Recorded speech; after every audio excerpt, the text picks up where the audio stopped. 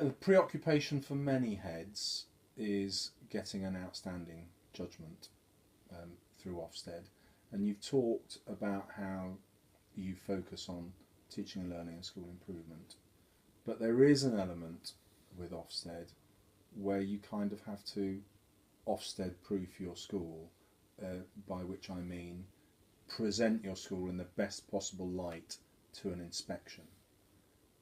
How have you gone about doing that?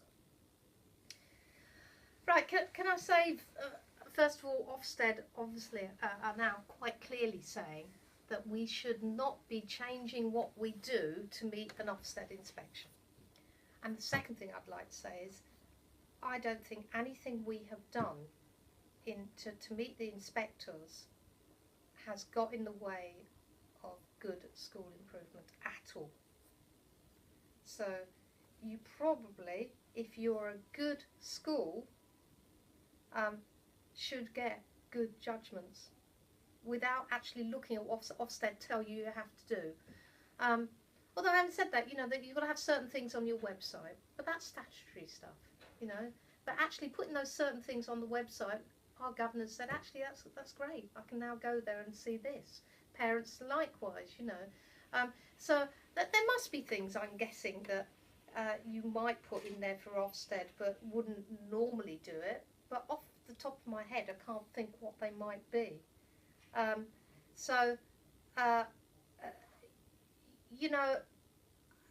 guess that the main thing is, but this has helped the school enormously, is to be able to talk about student progress with clarity and succinctly.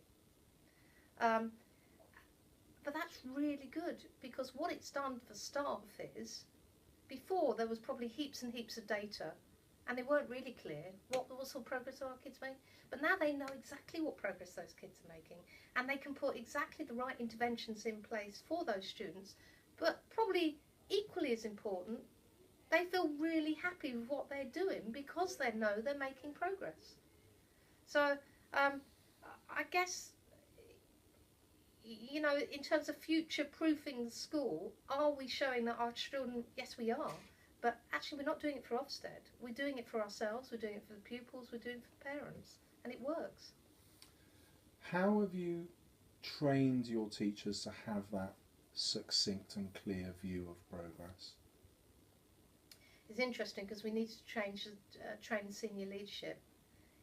In the past, and I know it happens all over the place and in secondary schools as well, is one person held that data. And I think we're moving away from that, because what is the point of one person holding the data? Actually, the teachers have to have the data. It's the teachers and the TAs are the most important people to know where the students are making progress and where they're not making progress. So we had to do a lot of training around it. So training happens in teachers' meetings, for instance. It happens at senior leadership meetings. It's how can we use data effectively to enable interventions to be put in place throughout the school year. And so we've had to change things. We've still not got it right, totally right, but we're much better than we used to be. And so there has been a lot of training that's gone on to do it. How can they talk with clarity about it? Is we have, so in the level of expectation is that they talk with clarity about it.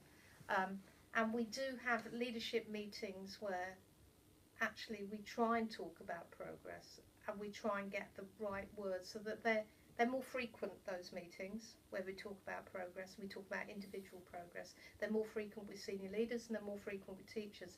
And the frequency of it, the use of the language, that means that they're getting better and better at it.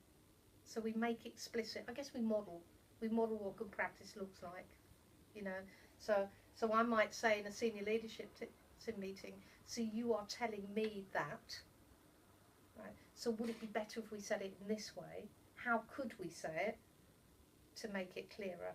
So you're constantly coming back to the clarity of your language and the words you use.